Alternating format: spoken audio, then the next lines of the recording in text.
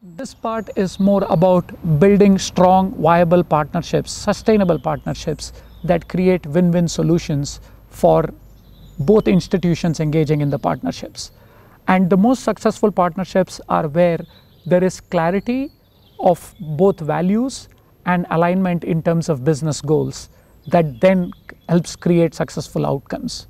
Now, there are multiple ways in which partnerships can be structured. As any startup, one has to constantly engage in 3 different modes of aligning with different institutions. Either you are building the product yourself, or you are trying to buy the product from somebody who is providing you a service, or you are co-creating or collaborating to work with another institution to develop a portion of what you need to offer.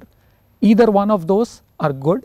However, the way you make it work is based on your analysis of what is your unique value add to the market. And the core of why you exist and how you are going to bring that is what will enable you to create those successful long-term partnerships.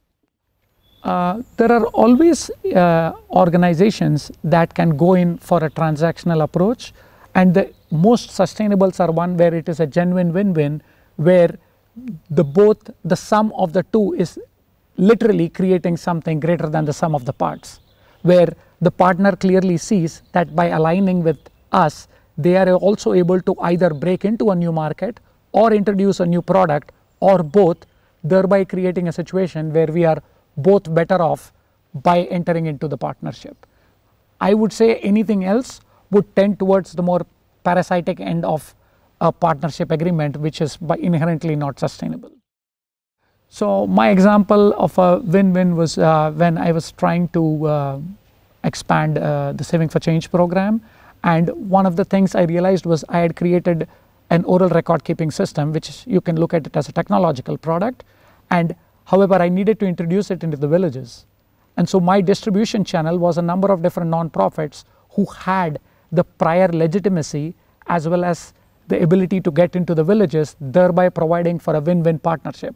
What was in it for them? I was introducing a product that would then enable them to actually create a more sustainable and more prosperous village, thereby enhancing their reputation and credibility in the village as a positive social actor. So thereby we were able to create something that went to scale, and we were able to create a very impactful program that benefited us in terms of the introduction of the technology, benefited the institution in terms of creating the access to the village, and also benefited the ultimate end consumer by the introduction of the product. So I would say that was more of a co-partnership where we were collaborating to reach it, because without the partnership I wouldn't have been able to break into that market segment. So partnerships can be of multiple types. There are partnerships where it is purely contractual, where the partner has a skill set, however it is more you are buying the product that they have to offer.